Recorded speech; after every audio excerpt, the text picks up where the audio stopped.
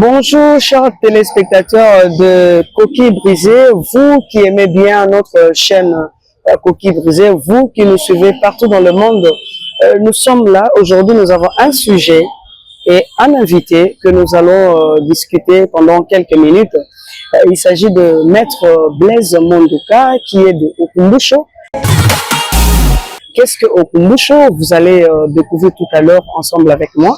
Et nous allons lui poser quelques questions par rapport à tout ce qui se passe maintenant dans notre pays.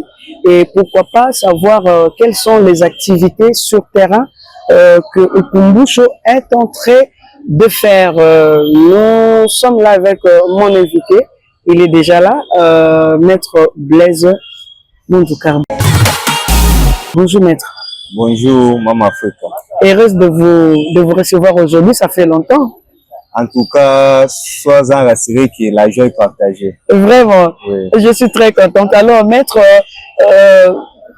vous êtes là devant nos téléspectateurs qui nous suivent partout dans le monde. Pouvez-vous vous présenter pour que les autres sachent qui est Maître Blaise Mondouka? Merci beaucoup. Comme vous avez dit tantôt, moi c'est Maître Blaise Mondouka. Je suis avocat au barreau de la Tchoko. Je suis coordonnateur d'une organisation non gouvernementale qu'on appelle le Okumbusho.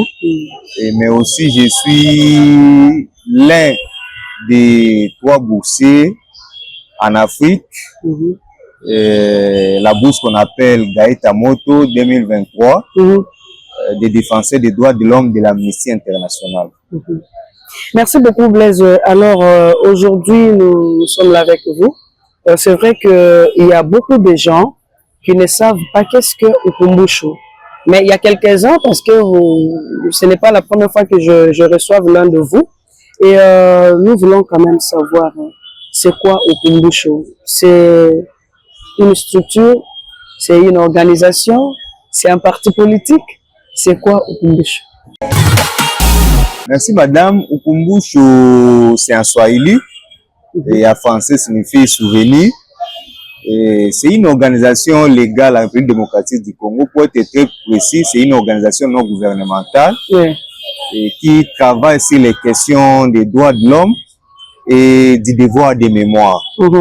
Voilà un peu à bref ce que je peux dire par rapport à Okumbusho. Alors, pouvez-vous nous parler de quelques activités de Okumbusho sur place, disons en RDC, si pas dans l'est de la République démocratique du Congo, précisément dans la ville de Kisangani, où vous évoluez? Merci beaucoup. Comme j'ai dit tantôt, nous travaillons plus sur les questions des droits de l'homme et du devoir de mémoire des atrocités qui ont heurté la conscience de l'humanité.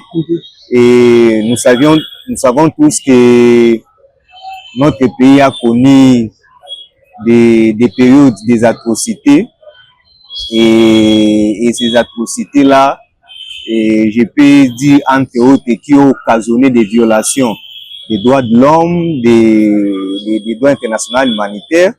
Et si on peut en citer entre autres, il y a à Kisangani par exemple, nous connaissons tous la guerre de 6 jours qui a eu lieu entre le 5 et le 10 juin 2000. Il y a la guerre de 1 jour qui s'est passée le 5 mai.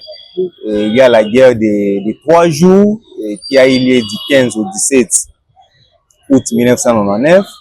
Et il y a aussi d'autres guerres, notamment le 14, il y a eu des mutineries aussi, le 14 mai 2000, mais aussi il y a eu d'autres guerres, notamment le 10 janvier 1999. Donc voilà un peu des atrocités là de manière particulière qui s'est passée dans la ville de Kisangani, parce que je vous ai dit tantôt, nous sommes une organisation, c'est une organisation de la société civile mais qui est nationale, mais compte tenu de plusieurs aspects, nous ne savons pas tout prendre au même moment. Raison pour laquelle, pour le moment, nous sommes concentrés plus sur les atrocités qui se sont passées dans la ville de Kisangani. Et je vous ai énuméré. Mais nous restons positifs dans l'avenir. L'idée serait de prendre plusieurs atrocités. Je pense que si les moyens permettraient, ça nous permettrait aussi de s'élargir. Mais pour le moment, nous nous concentrons un peu sur ces atrocités-là qui se sont passées dans la ville de Kisangani. Et nous savons que ces atrocités-là ont fait beaucoup de morts et des milliers de morts apprenant toutes ces atrocités dans l'ensemble. Parce que de toutes ces atrocités-là, il faut rappeler que la guerre de 6 jours a été plus atroce par rapport à d'autres atrocités. Parce qu'il y a eu plus de 1000 morts et il y a eu des dégâts matériaux et des dégâts environnementaux. Et voilà un peu tous ces dégâts-là que ces guerres ont occasionnés. Et nous, maintenant, et tant que jeunes, ça nous a fait un peu mal, malgré ces événements malheureux qui se sont passés dans la ville de Kisangani.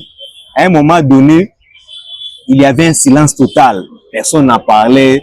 C'était comme si nous étions d'accord même avec cet aspect-là, cet aspect des choses.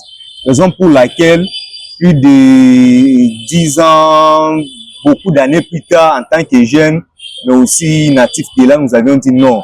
Ce sont des événements malheureux qui se sont passés, mais est-ce qu'on peut transformer ces événements malheureux à des opportunités? Parce qu'il faut dire que non, non. Et en ce moment-là, quand nous avions commencé avec le Ukumbusho, il n'y avait pas encore ce qui s'est fait maintenant, notamment les indemnisations, il n'y avait pas encore, parce qu'il faut souligner ça. Nous avions commencé au Ukumbusho il y a très longtemps, et en ce moment-là, nous étions en train maintenant de lutter. Donc, quand vous parlez des indemnisations, là, vous faites allusion au Frivao? Oui, quand je parle des indemnisations actuellement, parce que c'est actuellement que c'est tout le monde maintenant qui parle des Frivao. Mais quand nous, on luttait pour que ces victimes-là puissent effectivement avoir justice et réparation, et les gens nous voyaient comme des fous dans la ville de Kisangani. Ils disaient, mais ces jeunes ici, qu'est-ce qu'ils pensent, qu'est-ce qu'ils veulent, les restes. Mais nous, on avait un objectif, parce que nous avions dit que non, non, ce sont des violations graves, ce sont, comme on dit à droit international, ce sont des infractions imprescriptibles, peu importe le temps que ça peut prendre, et on ne devait pas rester très silencieux. Alors, raison pour laquelle, à un moment donné, nous nous sommes engagés, nous avions dit que nous devons réveiller la conscience collective de notre société, pour que les gens sachent que ce qui s'était passé réellement dans la ville de Kisangani, et c'était vraiment atroce. Et au-delà de cela, nous avions aussi commencé à faire des plaidoyers pour qu'effectivement qu'il y ait justice et réparation. Donc vous allez comprendre, madame, d'un côté, nous étions en train de lutter pour la justice et la réparation, mais de l'autre côté, nous étions en train de lutter que ce qui s'est passé ne puisse pas être oublié par la génération surtout actuelle. Parce que si vous voulez que ces genres de choses ne puissent plus revenir, vous devez connaître d'abord ce qui s'était passé avant, et dans l'avenir, vous allez éviter, puis pour que c'est l'histoire en fait, c'est notre propre histoire, nous devons faire de cela un devoir de mémoire, ça doit être transmis de génération à génération, c'est ça même le sens du devoir de mémoire, raison pour laquelle nous avions constaté que la génération actuelle ne connaissait pas ce qui s'était réellement passé. Et de toutes ces guerres-là, nous avions d'abord commencé avec la guerre de 6 jours, et nous nous sommes misés au fond, nous allons arriver, nous avons organisé des activités pour éveiller la conscience de notre société, que ce soit les autorités, parce qu'à ce moment-là, même les autorités étaient passives. Les autorités étaient passives par rapport à tout ce qui s'est passé. Et Ukumbusho a réveillé la conscience des autorités, a réveillé la conscience de la société, surtout dans la ville de Kisangani. Et nous avions inculqué à la génération actuelle de savoir ce qui s'était réellement passé, afin que ce genre d'événements ne puissent plus revenir.